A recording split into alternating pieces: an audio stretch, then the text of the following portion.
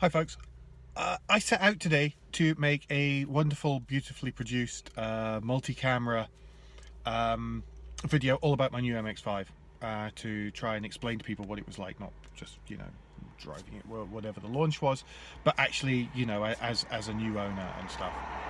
And I failed. I failed miserably. And the reason I failed miserably is because I have been having way too much time actually driving the car, okay? It's just magnificent. I mean, I've done a big tour of Rutland and Leicestershire and all sorts of places, and I've put well over 100 miles of well over 100 useless miles on the car between yesterday and today. And so basically, I'm not going to make the video. I'm going to keep on driving because it's far better. I caught myself. I filled up with fuel. I was down to a quarter of a tank. I filled up with fuel, and I was about to go home and make myself some lunch and sit down and do it. And I thought, nah, you know what? I'm actually going to go around for another lap. So I don't see me doing lots of filming today. I don't see me sitting with iMovie and editing into the middle of the afternoon. It's just too nice out here, to be perfectly honest, and I would much rather drive this car. Okay, so here's what you need to know. Short version: number one, it is very, very small. Okay, it's only a foot longer than my Mark 1 Yaris.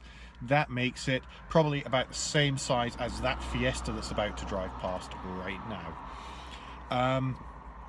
So it's incredibly small, it's incredibly low, although it does sit like an off-roader. I mean, there's like that much under the back wheel, between the top of the back wheel and the wheel arch. So maybe after the winter we'll see about dropping that a bit. But that doesn't affect the ride and the handling. The ride's pretty good. It's a little bit firm. But hey, it's a sports car. That's exactly what it should have. You just know everything that's coming back through the steering wheel and through your bum, to be honest. This is a 2-litre.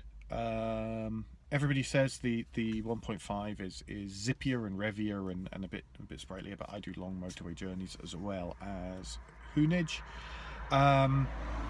So I've gone for the 2-litre because it'll be more relaxed. Also, I get Bilsteins and I get all the bracing around it.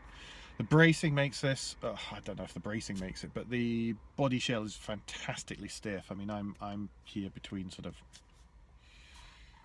I'm here in the sort of Rutland, Leicestershire, Northamptonshire area. The roads can be a bit crap. They're wonderful. You get great sight lines, nice bits, but the actual surface can suck a bit.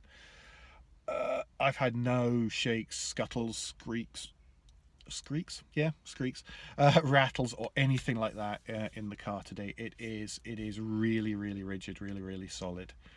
So there's no issues there. With the roof up yesterday, it's actually quite refined. Some people are going on about, I'm going to wait till the foldy hardtop version. I'm not sure there's going to be a foldy hardtop version because, as it is, the front panel of this one is actually solid rather than just being fabric, which was really good in the wet yesterday on the A14. It stopped the whole, as you drove past a truck, it's not as if the whole roof goes up and down like it used to in the NC soft tops, and it's probably quieter and more refined than the NC hard tops anyway. The boot is a decent size. Haven't had too much in it yet. It's mostly filled with unused camera gear at the minute. But it's a far more sensible shape and a far better hatch size than the NC, and therefore also bigger than the Mark 1, Mark 2s as well. Cabin is comfy, it's snug, it's definitely not cramped. I mean, there's no glove box, for example. It's just padded down there, but there are little sort of handy holes in the back. There's 2 more behind the seats. Cup holders are a bit weird. They sort of come in and out. Oh, it actually worked this time. Look, you can lift them out and you can reconfigure them around the cabin so that your Starbucks is never too far away, which is a good thing for me. That's about it. It has a great noise. The engine's done about 100 miles on this one. The engine is getting rortier. The exhaust is definitely getting fruitier. It's lovely going through the villages. It's just this burble off the buildings that you pass. What else? it's just everything that the last one was, dialed up a notch and shrunk down. I mean, it drives like a 3/4 size RX-8. This is a humongous piece of praise from me. It is just what I'm looking for in a car. Haven't played with all the tech yet. Sat nav and the infotainment system can be a little bit. It can be a little bit grumbly sometimes. I've found it works to plug your phone in, then turn the car on, and then it's much happier. But yeah, that's about it. I love it. I'm almost in raptures over it, to be perfectly honest. I just, as I say, I went to go home and I found myself going through the industrial estate with just like this Jerry Clarkson grin on my face, and it's fab. One of my favorite things, before I finish up, one of my favorite things is whenever I go here, whenever I press the start stop button, this is what it does. Listen. It does that 2,500 rev blip of the throttle automatically, and that's just great. It's fantastically chavvy, and it saves me doing it.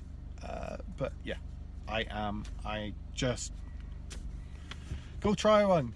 Sleep with your local Mazda dealer. Do whatever it takes. Thankfully, I didn't have to. There you go, Ross. That's a lucky break, isn't it? And yes, this just through the moon. Okay, whew, that saved us 6 minutes 35 seconds in the next podcast. Take care, folks.